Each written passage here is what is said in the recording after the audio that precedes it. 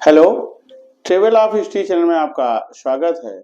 और आज हम एक नए विषय वस्तु पर आपसे चर्चा करेंगे। ये पृथ्वी जो कि बहुत ही पुरानी है और हम लोग ईसा के बाद का समय जानते हैं। ईसा के जन्म के पूर्व भी इस धरती पर बहुत सी ऐसी स्मृतियां थी जो आज भी लोगों के लिए आश्चर्य का विषय रही। इस पृथ्वी पर समय समय पर अनेक स्मृति चिन्ह बने। कितने ही काल के निष्ठुर थपेड़ों को सहते सहते अपना निशान मिटा गए और उनमें से आज भी काफी स्मृतियां मौजूद हैं जो मिट तो गए हैं लेकिन उनका नाम नहीं मिटा है। और इन्हीं स्मृतियों में हम आज एक ऐसी स्मृति के बारे में अध्ययन करेंगे जो लगभग 2500 वर्ष पहले इस पृथ्वी पर रही है। 2500 साल पहले की बात है। केरिया नामक प्रदेश में माओशोलस नाम का एक शासक था। उसके प्रदेश की राजधानी हेल्को नरसस नगर थी। बादशाह माओशोलस की पत्नी का नाम आर्टिमिशिया था। दोनों राजा रानी में बड़ा ही अद्भुत प्रेम था और दोनों ही एक दूसरे को अपने प्राणों से ज्यादा चाहते थे। कहा जाता है कि ईसा के जन्म से 363 वर्ष पूर्व बादशाह माओशोलस की मृत्यु हो जाती है। रानी आर्टिमिशिया अपने पति की याद में एक आश्चर्यजनक समाधि मंदिर का निर्माण कराती हैं, जिसे कि मकबरा भी कहा जाता है। और यही मकबरा, यही समाधि मंदिर संसार के महान आश्चर्यों में से एक रहा है, जिसे कि प्राचीन विश्व के आश्चर्य कहते हैं। अपने दिवंगत पति के प्रति उसके अभूतपूर्व प्रेम की कहानी कहने वाला ये मकबरा, जिसे बेगम ने अपने पति की याद में बनवाया था। और इस इमारत के बारे में कहा जाता है कि संभवतः भविष्य में आने वाले युगों में भी ऐसी इमारत नहीं बन पाएगी। जैसे शाहजहां ने अपनी बेगम की याद में अपने अद्भुत प्यार के प्रतीक के स्वरूप ताजमहल जैसी विश्व प्रसिद्ध इमारत को बनवाया है, वैसे ही आर्टिमिशिया ने अपने प्यारे पति की याद में अपना असाधारण प्यार प्रकट करते हुए इस समाधि मंदिर का निर्माण कराया था। और जब उसने ये निर्माण कराया था तो स्वयं उसे भी नहीं पता था कि ये संसार के आश्चर्यों में से एक होगा। माओशोलस के संबंध में कहा जाता है कि वो बड़ा वीर और पराक्रमी बादशाह था और इमारतों का वो बड़ा शौकीन था। जब वो जीवित था तभी उसने अपनी राजधानी हेल्को नरसस में एक बड़ा ही आलीशान महल बनवाया था। पुस्तकों में उस महल के संबंध में पढ़ने पर पता चलता है कि वो बड़ा ही अद्भुत महल था। महल सुंदर और मजबूत ईंटों से बना था। उसका परकोटा सफेद संगमरमर के पत्थरों से बना था।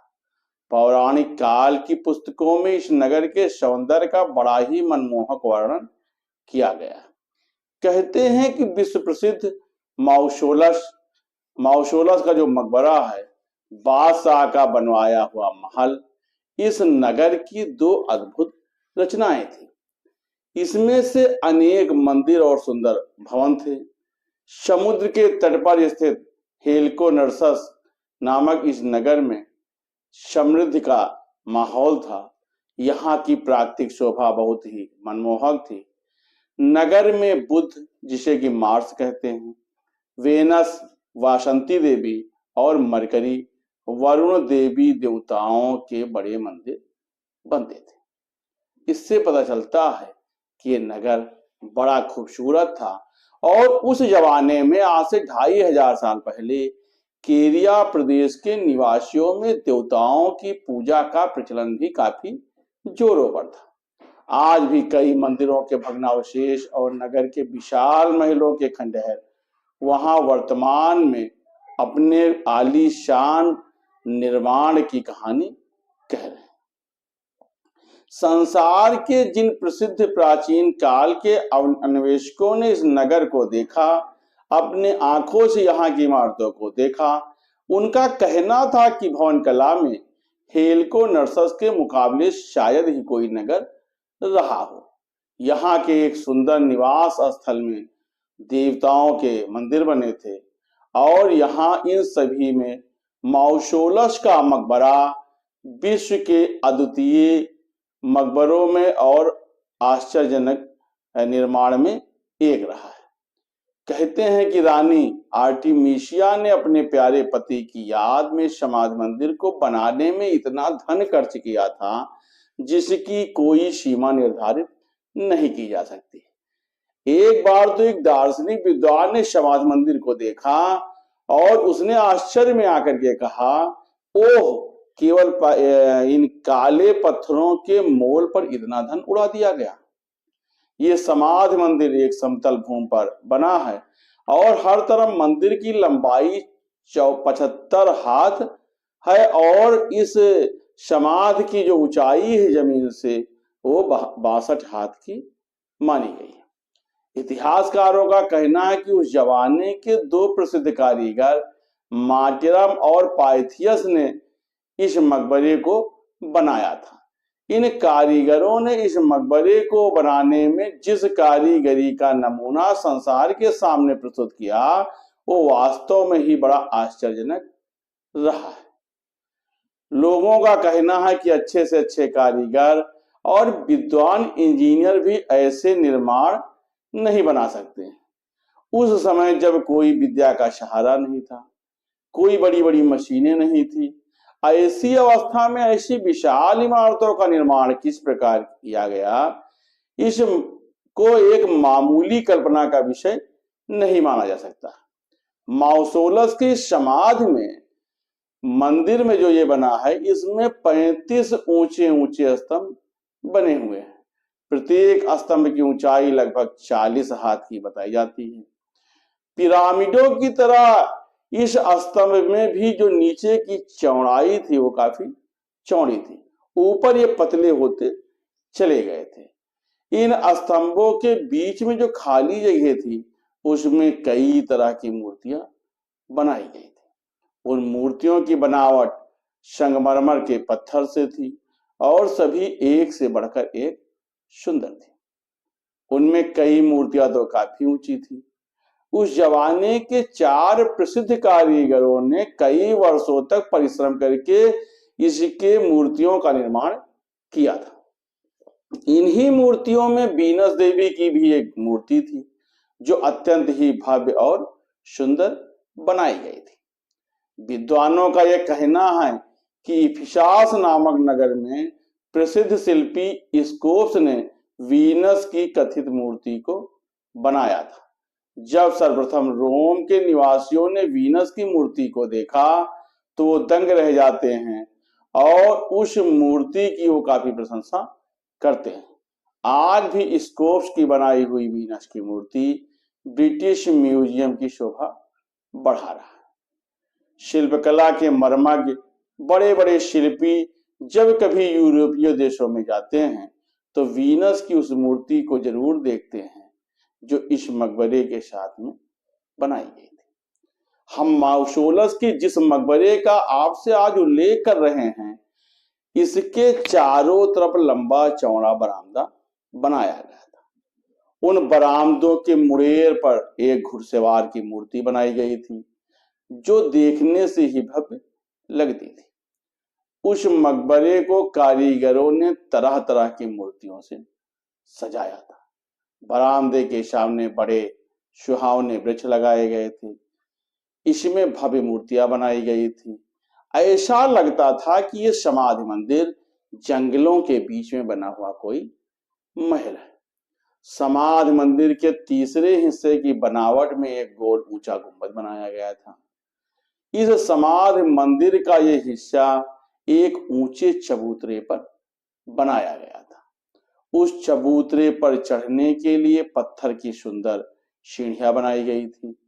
मंदिर का भाग सारा का सारा संगमरमर के पत्थरों से बनाया गया था और इसकी ऊंचाई लगभग 95 हाथ की रखी गई। इतिहास में इस बात का तो उल्लेख नहीं मिलता है कि माओसोलस बादशाह की रानी आर्टिमीशिया ने समाधि मंदिर को अपने जीवन काल में ही बनवा लिया था या नहीं। माओसोलस की मृत्यु के पश्चात उसकी बेगम ने प्रसिद्ध कारीगरों को बुलाकर मकबरा तैयार करने को कहा और अपने सामने काम प्रारंभ कराया, पर दुर्भाग्यवश आर्टिमीशिया भी अपने पति के समाधि के मंदिर के पूर्ण निर्माण को नहीं देख पाती। बताया जाता है कि माओसोलस की मृत्यु के 2 वर्षों के पश्चात ही आर्टिमीशिया की मृत्यु हो जाती है। इस संबंध में एक विद्वान का यह कहना है कि रानी की मृत्यु के बाद कारीगरों ने स्वयं ही अधूरे निर्माण को पूरा किया। अपनी अद्भुत कारीगरी का नमूना स्थायी रखने के लिए उन्होंने समाधि मंदिर को अपनी पूरी कला कौशल के साथ बनाया था।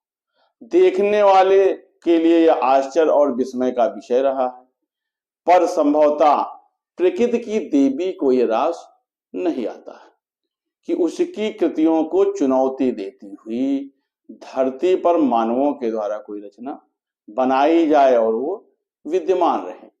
इसलिए प्रकृति समय समय पर उन पर अपने वज्र का प्रहार करती रहती है।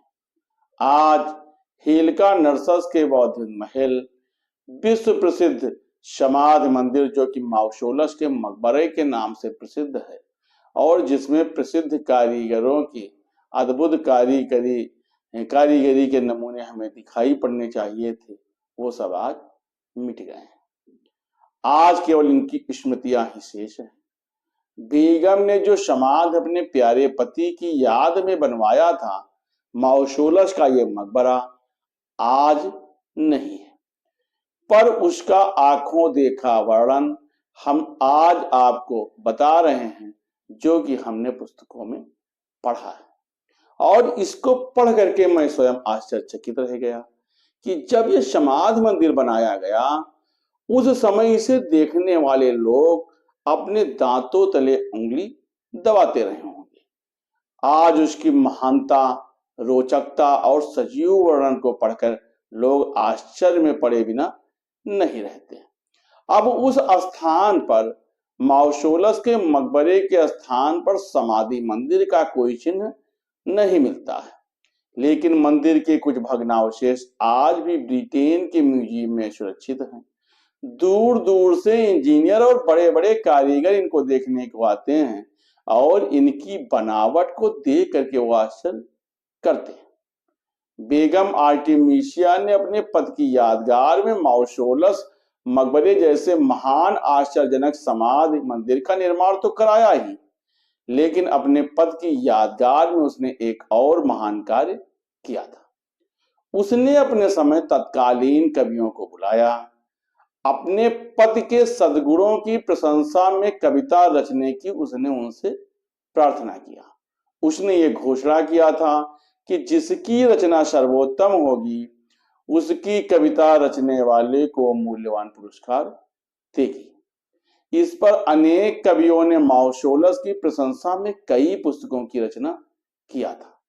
उसमें प्रसिद्ध अलंकारिक कवि मफ्रेटियस ने की जो रचना थी, वो जो है आर्टिमीशिया को काफी पसंद आई थी और उसने मफ्रेटियस को बहुत से बहुमूल्य पुरस्कार प्रदान किए थे। तो इससे लगता है कि आर्टिमीशिया को अपने पति से काफी लगाव था और माओसोलस की याद में उसने आज से 2500 साल पहले बहुत से कार्यों को किया था।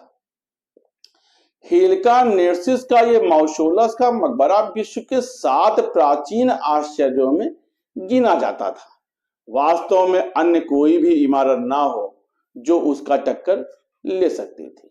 संभवतः आने वाले समय में भी ऐसी इमारतें बनना मुश्किल होगा। जिन्होंने भी उसे देखा सिर्फ यही कहा कि संसार में इसकी तुलना की कोई इमारत नहीं है। माओसोलस के समाधि पर मंदिर पर आश्चर्य प्रकट करते हुए एक रोमन पुरातत्ववेत्ता ने टिप्पणी किया था कि इस समाधि मंदिर को बनाने में जितना धन खर्च हुआ है उससे एक नया हेलकार्नेसिस नगर बसाया जा सकता था। केवल पत्थरों को एकत्र करने में जितना धन लगाया गया उससे तो किसी धातु का महल तैयार हो सकता था।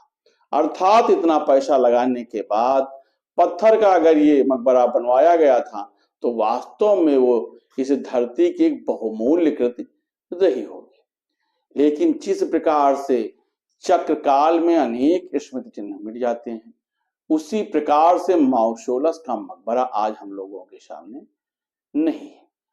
आज वो माउसोलस का मकबरा या समाधि मंदिर तो नहीं है, लेकिन उसके अवशेष ब्रिटिश म्यूजियम में उसके गौरव की गाथा को कह रहे हैं। काल के करारे थपेड़े किसी को नहीं छोड़ते हैं। जैसे बड़े बड़े पराक्रमी काल के आगमन पर संसार से अपना नाता तोड़ देते हैं, वैसे ही उनकी महान कृतियां भी इस धरती से मिट जाती हैं। प्रकृति का एक शाश्वत नियम है कि संसार नश्वर है। यहाँ पर किसी भी पदार्थ का जैसा का तैसा बना रहना असंभव है। जिसका निर्माण हुआ है उसका विनाश भी अवश्य भावी है। संभव है एक दिन ये संसार भी न रहे। जब सृष्टि का विधान ही निर्माण और विनाश के सृजनों पर आधारित है तो फिर किसी चीज का किसी निर्माण का क्या ठिकाना। लेकिन उन्हीं स्मृतियों में माउसोलस का यह मकबरा आज से 2500 साल पहले, जब कोई आधुनिक हथियार नहीं थे, आधुनिक औजार नहीं थे, आधुनिक तकनीकी नहीं थी, उस समय के महान निर्माण और वास्तु कारीगरी की कहानी कह रहा है।